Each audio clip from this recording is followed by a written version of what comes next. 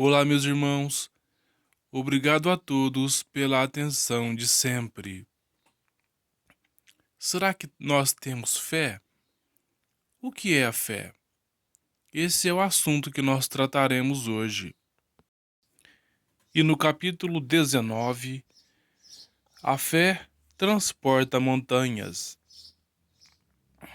A fé humana e a divina. Item 12.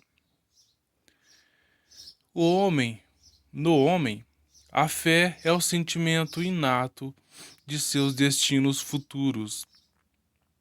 É a consequência que ele tem, é a consciência que ele tem das faculdades imensas depositadas em germe no seu íntimo, a princípio em estado latente, e que lhe cumpre fazer que desabrochem e cresçam pela ação da sua vontade.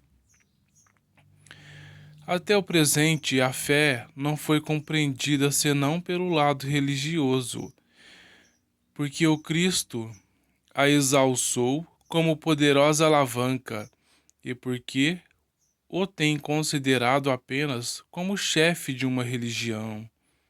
Entretanto, o Cristo, que operou milagres materiais, mostrou por esses milagres mesmos o que pode o homem quando tem fé, isto é, a vontade de querer e a certeza de que essa vontade pode obter satisfação. Então, como podemos observar, o Evangelho vem nos falar hoje sobre a fé. A fé transporta montanhas. Mas de quais montanhas o Evangelho fala quando nos fala esta frase? As montanhas que ele nos diz são as montanhas dos preconceitos, as montanhas dos nossos defeitos, a montanha da nossa ignorância. Sim, porque nós temos que aprender a estudar sobre Deus, senão teremos a fé cega. Devemos buscar conhecê-lo. A fé é também o sentimento existente no homem de sua destinação futura. Porque se eu creio em Deus, eu devo crer também na vida futura, saber que eu sou uma alma e que Deus vai cuidar de mim, tanto quanto na terra como no céu. Não devemos criticar nossos irmãos de outras religiões, porque cada um tem a sua maneira de crer, cada um tem a sua própria fé. E estaremos sendo fanáticos se nós fizermos isso. E nós não somos melhores do que ninguém. Não é a nossa fé, ou melhor, não é a nossa religião que nos faz melhor que o nosso semelhante. Não. É a nossa prática. É a nossa prática do Evangelho. E quando praticamos o Evangelho, esse sentimento de se engrandecer perante o outro desaparece. E a esperança e a caridade são consequências da fé. Porque quando nós temos fé, nós temos a esperança de algo melhor. E exercitamos a caridade em busca de que esse algo melhor aconteça. Por isso que elas são consequência da fé. E é por isso também que a fé nos dá força para passarmos pelos espinhos que nós necessitamos passar nessa existência. Espinhos esses que nós próprios plantamos. Isso se chama resignação, ter força de passarmos pelos espinhos. E a fé ativa é a fé construída na rocha. A fé ativa é aquela fé com obras. Quando nós temos fé e auxiliamos nosso próximo, é onde entra a caridade. Então, é a casa construída na rocha, porque é a fé raciocinada. Já a fé fanática, sem obras, é a casa feita na areia. e vai ruir em pouco tempo.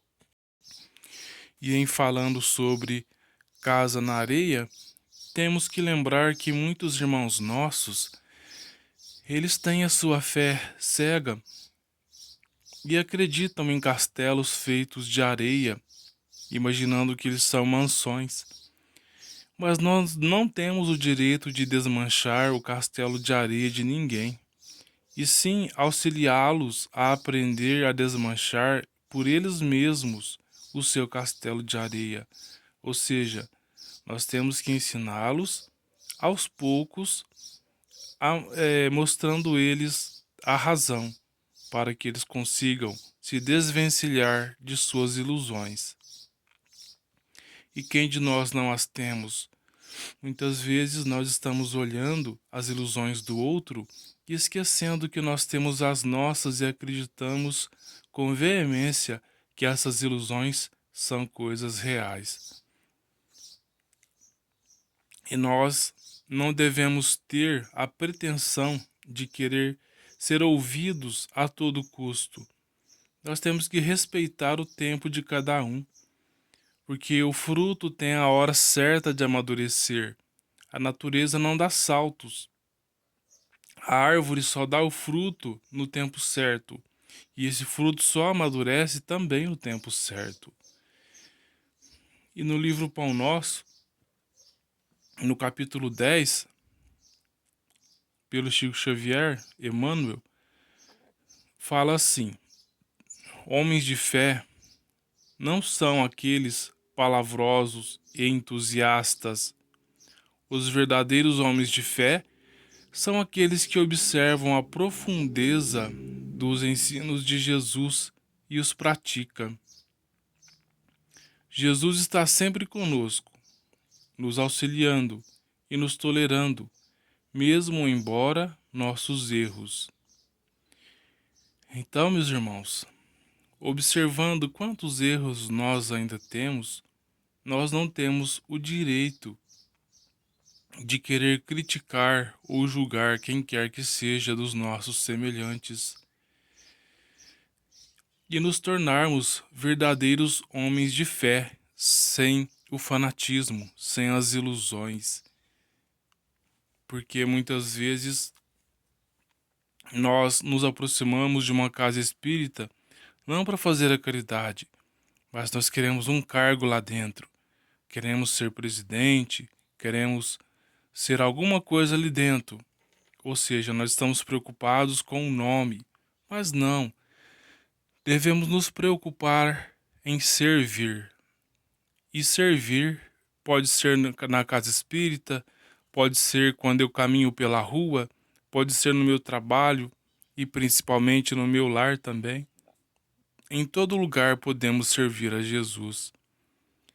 E não é um rótulo que vai nos fazer maiores trabalhadores, de maneira nenhuma.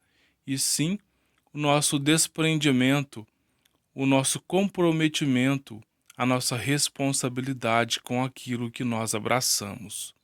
Muita paz a todos.